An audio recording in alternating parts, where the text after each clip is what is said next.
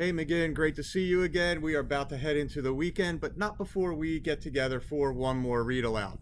And I decided for this Friday we would bring out a popular character, maybe the most popular character we have here at this elementary school, Pete the Cat.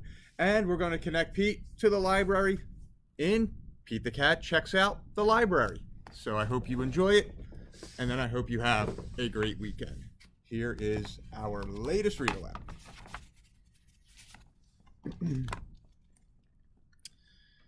Pete's mom is taking him to the library for the first time.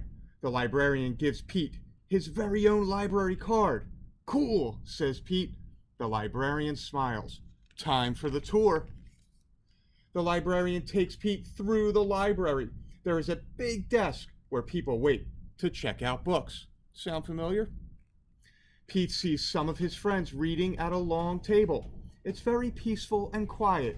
How relaxing. The librarian takes Pete to her favorite room. There are lots of Pete-sized chairs and tables and shelves, and there are books of every shape, size, and color.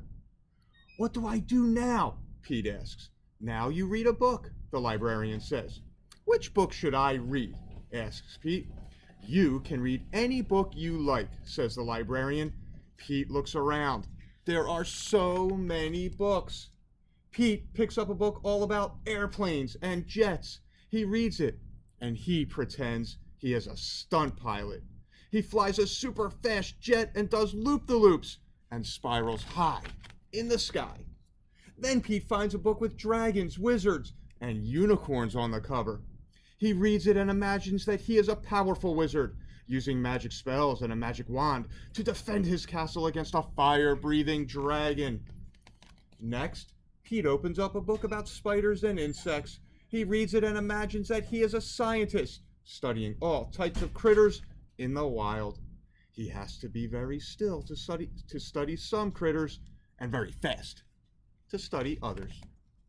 Then Pete chooses a book with all sorts of scary monsters on the cover. It's a book of fairy tales.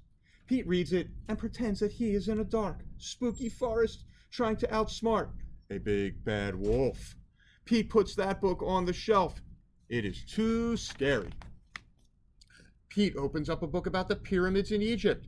He reads it and pretends that he is an explorer riding a camel across the desert and climbing to the top of a giant pyramid. Next, Pete picks a book with all sorts of robots on the cover. He reads it and imagines that he is a robot at a robot dance party. His arms and legs make whizzing sounds when he moves. When Robot Pete speaks, he says, bleep, bloop, bleep. Next, Pete picks up a book about superheroes. He reads it and makes believe that he is a superhero. He flies around the city in a colorful cape, chasing bad guys and saving the day. Then, Pete spots a big book about the ocean and all its creatures. He reads it and imagines that he is a scientist in a submarine deep in the Atlantic Ocean, looking for whales, squid, and sharks.